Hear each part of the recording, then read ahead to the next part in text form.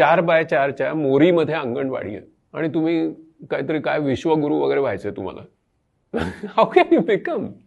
बी realistic. त्या आमच्या अंगणवाडीच्या ताईला आपण काय देतो, मग काय तुम्हाला मिळणार? मग अशा देशांना तुरुंग जास्त लागतात, अशा देशांमध्ये बेरोजगारी जास्त होते, अशा देशांमध्ये विषमतेचे प्रश्न निर्माण होतात, अशा देशांमध्ये गुन्हेगारी वाढते, अशा देशांमध्ये दहशतवाद वाढते, अशा देशांमध्ये नक्षलिझम वाढतो. तर त्याच्यावर आम्ही प्रचंड खर्च करत राहतो. तुरुंग बांधतो, पोलीस यंत्रणा, एवढी न्यायालय, रोज त्याच्यात नवे नवे खटले, सगळं करतो आम्ही. म्हणजे थोडक्यात काय की आमचा इन्व्हर्टेड पिरॅमिड तयार, आणि त्याच्यामुळे त्या देशाची इकॉनॉमी एका इन्व्हर्टेड पिरॅमिड सारखी होऊन बसते. मी असं म्हणेन की तुम्ही प्रथम शास्त्रीय बालशिक्षणाचं सार्वत्रिकीकरण अतिशय उत्कृष्ट पद्धतीने झालं पाहिजे, आणि best of the brains of India you should be able to attract in child education. तिथे पगार पण जास्त पाहिजेत, पण आपल्या देशाची प्रायोरिटी ही वेगळी आहे. तिथे आपला प्रश्न गुंतलेला आहे.